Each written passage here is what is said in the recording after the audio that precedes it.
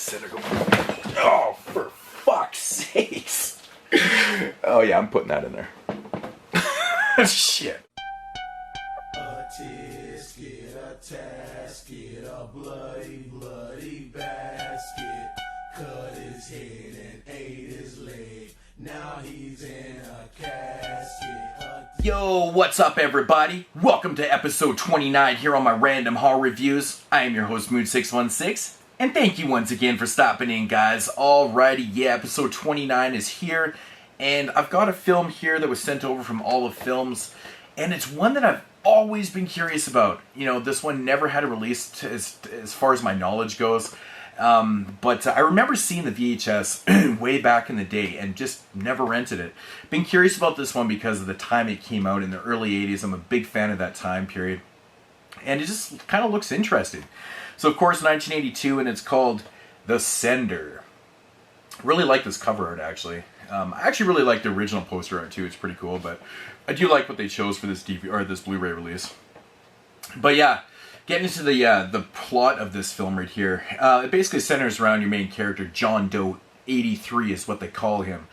Now, he gets that name after a botched suicide attempt, and the state basically brings him to a psychiatric hospital for evaluation because John Doe 83 has lost all of his memories, got like amnesia, and he really just has no idea who he is. So he gets a psychiatrist played by Catherine Harold, of course, from the Rockford Files. I always remember from that. She's been appointed to, look after John Doe 1983. And upon, her first few talks and visits with him and stuff, she starts having these like really vivid hallucinations and just things are happening to her while she's awake that she can't understand. She just has no idea what the hell's going on.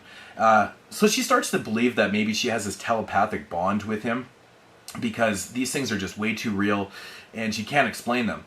So, of course, some other doctors step in there and they start doing a little further investigation. And what they've kind of concluded is that John Doe 83 is a sender. And now what a sender is someone that can actually transmit their dreams and nightmares into the wake world, so into the real world, hence, the doctor, and she starts seeing what he's actually dreaming and having nightmares about. So now they've concluded that John Doe 83 cannot control his nightmares at all, and he's having these really crazy nightmares, and bad shit starts happening. And now they have to figure out what's causing these nightmares so they can put an end to it. And yeah, so that's like the main plot of your film. Now, my thoughts on this one. The premise is really, really damn cool. I have to say, I love the whole idea of what the sender is, the idea of, having nightmares and, transmitting it on other people so they can see what's going on and even causing harm to other people. It's a really cool idea, I have to say. And with that said, man, the film has lots of really cool sequences from his nightmares and stuff like that. Like, there's this one really cool scene in the operating room. I won't ruin it for anybody, but there is some really good sequences throughout the film having to do with that. And that's pretty much what it is. There's a lot of sequences through the film. It's kind of like a psychological thriller horror film in a way. So it has a lot of, like what the hell's kind of going on type deal. With that said though, it's just really not enough though. I mean, it keeps you intrigued throughout the film and you really kind of want to find out what's going on. But I think the main thing about this film that really hurts the whole overall feel is the third act. Because once you find out exactly what's, going on and why he's having these nightmares and stuff like that, it just doesn't pack any punch to the film, which is kind of a shame because, I was intrigued. I was having a good time with the film because I really like a slow burn, kind of a thinker, like a psychological thriller.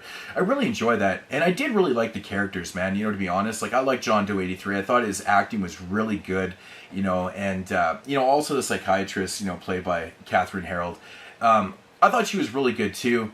I didn't have any problem with, the lack of character development and stuff in the film. And solely because, John Doe 83 has amnesia and he doesn't really need any character development. You're not really supposed to know anything about him. It's kind of a mystery in itself.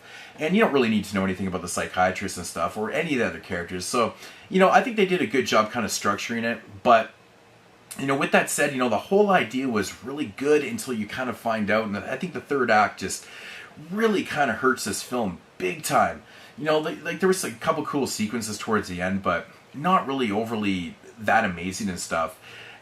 You know, getting to the specs of the film, like, I think that, you know, it was actually shot really well. I have to say, like I said, the sequences are fun, but they're actually shot quite well. There's one scene actually involving a car chase, and I really thought it was well done. It actually kind of made me jump back a little bit when it first started, because I just wasn't expecting the velocity of the scene. And that's all I'll say. It just kind of caught me off guard, and I really enjoyed those scenes. But, you know, with all the pluses for this one, like I said, the third act just really kind of hurts this film. And, you know, this is just my opinion. You know, I'm not going to say don't go out and check out this film or anything. You might have a different opinion. You might really like the ending. But for me, it just didn't work. It didn't pack anything. And I just felt kind of let down by it. And I was like, yeah, okay. I mean, I kind of get that. But at the same time, I was like, I didn't really like it. I kind of wanted to go somewhere else and just have like a better ending. You know, it just, I don't know. But, you know, with that said, you know, the overall feel of the film is not bad. It's not a bad film at all, but I don't know, man, that third act just straight thumbs down for me. But if I had to rate this one, man, I would give it about a 6 out of 10. There's not really a whole lot to say. I don't want to give any scenes away because, like I said, it's like a psychological thriller. It's not like a total thinker. Yeah, I mean, you pretty much know what's kind of going on, and, you know, it's not like it's a total mindfuck or anything. But it is a slow burn. It is definitely a slower type film.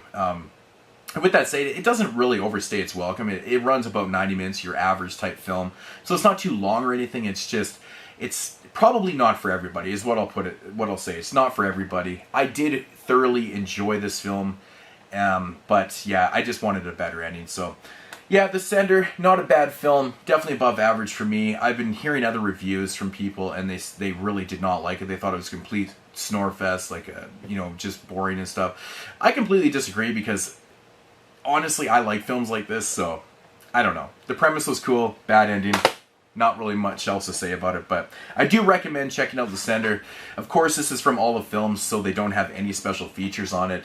That's one thing that's too bad about All of Films, is that they just don't have any special features at all. Because I'd like to know a little bit about the making of this film, to be honest, and stuff like that. But I will comment on the PQ, though. The PQ is actually pretty good on this. It's not bad. Like all of Films, I think most of their Blu-ray releases are pretty well done. And but yeah, just no special features. So yeah, it is what it is. But yeah, The Sender, 6 out of 10. I enjoyed it for the most part. I enjoyed 2/3 of the film anyway. Some really damn cool sequences. And I have to say, there's one sequence in the film I actually did laugh out loud. It was actually pretty fucking funny. It just kind of caught me off guard. But anyways, guys, I'm blabbling on. See you guys in episode 30. Check you then. Peace out, homies. Yo, what's up, everybody? Welcome to Welcome to episode 29 here on my random horror reviews. Fuck. I am your host, Mood616, and once again, thank you. Fuck, I can't fucking talk right now, man. I love my Isle films. I love my Isle films. Ooh, my God.